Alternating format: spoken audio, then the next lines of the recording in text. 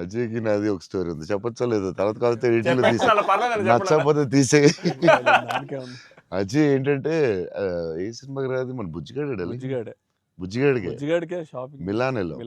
Correct. బుజ్జిగాడి dressing చింపేయాలని decide అయ్యాం. సరే ఎక్కడ బాస్కిని అడిగాను, బెస్ట్ వరల్డ్స్ బెస్ట్ ప్లేస్ చెప్పు బాస్కి అండి. మిలాన్ ఇస్ ద బెస్ట్ అన్నాడు. Okay will go to Milan. So Milan వెళ్ళాం, అజయ్ మేము అందరూ వెళ్ళాం. వెళ్ళి నేను షాపింగ్ సూపర్ ఫాస్ట్, అంటే కంగారు వచ్చేస్తుంది. అంటే ముగ్గురు ఫ్రెండ్స్ ఒకళ్ళు క్రెడిట్ కార్డ్ బిల్ కడతా ఉంటారు, ఒకళ్ళు నేను వేరే షాప్కి వెళ్ళిపోతాను ఆ టైంకి. వేసుకుని ఇప్పి అది సూపర్ ఫాస్ట్. 30 షర్ట్లు ఉంటాయి, అంటే ఇప్పుడు షర్ట్లు వేయట్లేదు అసలు, ఇప్పుడు ఆ బతుకు ఎక్కువైపోయినట్టుంది. ముందు అట్లీస్ట్ వేసుకుని ఇప్పుడు వేసుకోవట్లేదు, అది దాన్ని ఇప్పుడు ఇంకా ఫాస్ట్. సో ఆ ఫాస్ట్లో నేనంటే దాని మీద ఉంటాను. నేను బాస్కి ఈ డ్రెస్ బాగుంటుందా, ఇది బాగుంటుందా, అది బాగుంటుందా అని ఆలోచిస్తున్నాం. అజయ్ వచ్చి పాపం హెల్ప్ చేద్దాం. నేను నాకు షాపింగ్ ఎక్కువసేపు కూర్చుని దాన్ని గంట సేపు చూసి ఆ టైప్ కాదు నేను. అది బాగుంది తీసే, బాగుంది ఒక ఇవన్నీ వేసి అంటే నేను అదేంటిది డ్రెస్సింగ్ రూమ్లో ఎంత గొప్ప ఉంటుంది, ఇలా ఇలా ఇలా దాటుకుని రావాలి, అన్ని వేసుకుంటాను. సో అజయ్ పాపం ఏదో హెల్ప్ చేద్దామని వచ్చి మంచి మిలాన్లో ఎక్కడో ఏదో షాప్లో ఉన్నాం. బాస్కి నేను టప్ప 3 days ఉంది, టప్ప చేయాలి ఫాస్ట్. కానీ నేను పాప అజయ్ వచ్చి డార్లింగ్ ఇది బాగుంది అన్నాడు. ఓకే డార్లింగ్ అది బాగుంటే అది పెట్టే డ్రెస్సింగ్ రూమ్లో అన్నాడు. కానీ ఎంతో కదా అజయ్ ఇది కూడా బాగుంది అన్నాడు. నా ఫ్లో మిస్ అయిపోతుందని, సరే డార్లింగ్ అది కూడా పెట్టే షోరూమ్, ఇదైతే అదిరిపోద్ది అన్నాడు. అప్పుడు నేను కొంచెం ఇచ్చాను కొంచెం, అజయ్ సినిమా షూటింగ్ టైం లేదు, 2 days ఉంది, ఏం చేయాలో బాస్కి ఏం చేస్తాం, నువ్వు కొంచెం గట్టిగా ఇచ్చాను. బయటికి వెళ్ళిపోయి షాప్ బయటికి వెళ్ళి నాకెందుకు ఏదో హెల్ప్ చేద్దాం అనుకున్నాను, నాకెందుకు. తర్వాత వీళ్ళందరూ చెప్తున్నారు అజయ్ నీది వేసేవా తిట్టేసేవా అంటే మరి ఏం చేయమంటావు, టైం లేదు. అజయ్ ప్రతి షర్టు చూసి ఆపుతున్నాడు, 10 షర్ట్లు చూపించాడు, నాకు అంత టైం లేదు.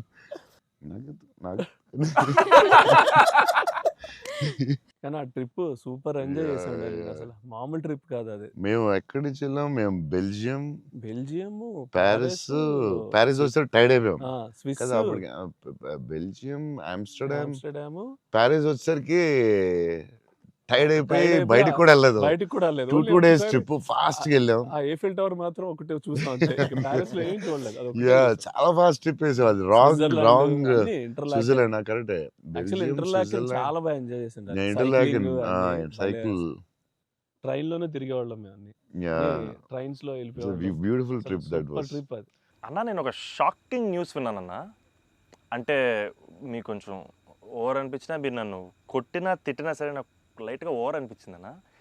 అంటే ఏంటి వేరే స్టేట్స్ నుంచి కూడా స్విగ్గీ చేసుకుంటున్నారని బయట టాక్. అందరూ నా ఫుడ్ గురించి, రాజమౌళి గారు నువ్వు, నేను అప్పుడప్పుడు వేరే స్టేట్ నుంచి కూడా స్విగ్గీ తెప్పిస్తాను. సో బాంబేలో షూటింగ్ ఆదిపురుష్ చేస్తుంటే ఓం రావుతో అందరూ కూర్చున్నాం, అందరూ చీట్ మీల్ ఆ రోజు సీరియస్ స్పెషల్ ఏం చేద్దాం, బాంబే కాదు నీకు స్పెషల్ ఫుడ్ తెప్పిస్తా అన్న. ఏం చెప్పిస్తానంటే చెన్నై ఫుడ్ తెప్పిస్తా అన్న. ఓకే అయితే చెన్నై ఫుడ్ అని చెప్పి వెయిట్ చేస్తున్నాడు. 10 అయింది, 9 అయింది, ఏంటిది ఫుడ్ రావట్లేదు, నువ్వు ఇవన్నీ తినకు, ఈరోజు చెన్నై ఫుడ్ తినాలని. సరే ఓకే వెయిట్ చేస్తున్నా, 2 hours అయింది, ఇంకేంతసేపు అనండి.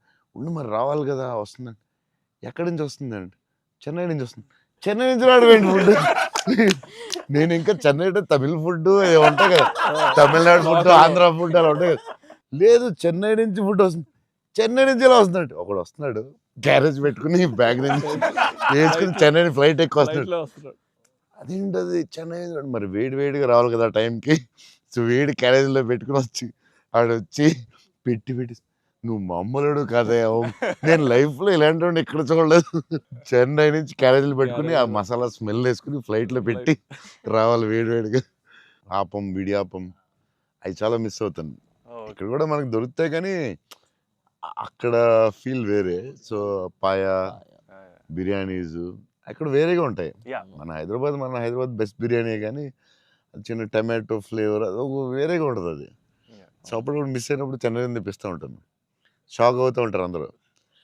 ఈసారి చీట్ మీల్ అప్పుడప్పుడు ఈసారి ఎక్కడ అంటే ఏదో స్టేట్ నుంచి వస్తూ ఉంటుంది. అన్న మా సినిమాలో మిమ్మల్ని ఇంప్రెస్ చేసిన ఒక డైలాగ్ కానీ సీన్ కానీ స్పెసిఫిక్గా మీకు ఏమన్నా నచ్చిందా అన్న? అదే last caption, life is about sudden goodbyes and handle with care అనేది నాకు అది ఆ క్యాప్షన్ పడగానే ఆఫ్టర్ ద మూవీ నాకైతే ఒక 15-20 మినిట్స్ పట్టింది అజయ్కి చూసి మెసేజ్ చేసి, మెసేజ్ కూడా ఫుల్గా క్లియర్గా రాదు, భలే ఉంది ఆ ఫిలిం. చాలా గట్టి టచ్ అయింది అది, ఆ క్యాప్షన్ మాత్రం. అది నాకు అదే కొంచెం మరీ కొంచెం పిండారు మీరు. బట్ యా, బట్ బ్యూటిఫుల్లీ అదేదో డిప్రెసింగ్గా లేదు, బట్ అలాగని అలా కూడా లేదు, డార్క్ ఫిల్మ్ లాగా ఏం లేదు. It's very beautiful, very very beautiful. నాకైతే దిస్ ఫిలిం చాలా సంవత్సరాలు ఉంటుందని నా ఫీలింగ్. సో అమ్మాయి డైలాగు చెప్తాను అనేది ఇట్స్ సంతోష్ డైలాగ్ అది. నేను నా లైఫ్ తప్ప ఎవరి లైఫ్ స్పాయిల్ నాశనం చేయలేదు అనేది ఎంత బాగా చెప్పావే. నువ్వు బిల్డింగ్ మీద కూర్చుని ఆ ఫోన్ కట్టే చాలా బాగుంది వాళ్ళిద్దరు. మూమెంట్ స్టార్ట్ అయ్యాక దెన్ అగైన్ పైకి వెళ్ళి ఫోన్ మాట్లాడడం చాలా బ్యూటిఫుల్ ఉంది. నాకు అది చాలా బాగా నచ్చింది. అది నార్మలీ ఇట్స్ నెక్స్ట్ స్టెప్ కదా, ఆపి ఫోన్లో మాట్లాడి అక్కడి నుంచి ఇంకో స్టెప్ వెళ్ళి ఫోన్లో ఒక స్టేజ్కి వెళ్ళిన తర్వాత ఇట్స్ వెరీ వెరీ నైస్, చాలా బాగుంది. థ్యాంక్స్ అన్న. ఇంటర్వెల్ నీ మీద కోపం వచ్చింది. పాప అంత కష్టపడి అమ్మాయి చేస్తే నువ్వు సడన్ గా మారిపోయి. వెరీ స్ట్రాంగ్ క్యారెక్టర్ అమ్మాయి కూడా, వెరీ వెల్ రిటర్న్. ఇది చాలా చాలా రోజులు, వీక్స్, మంత్స్ ఉంటుందేమో నాకు తెలిసి film. Thank you so much. So much.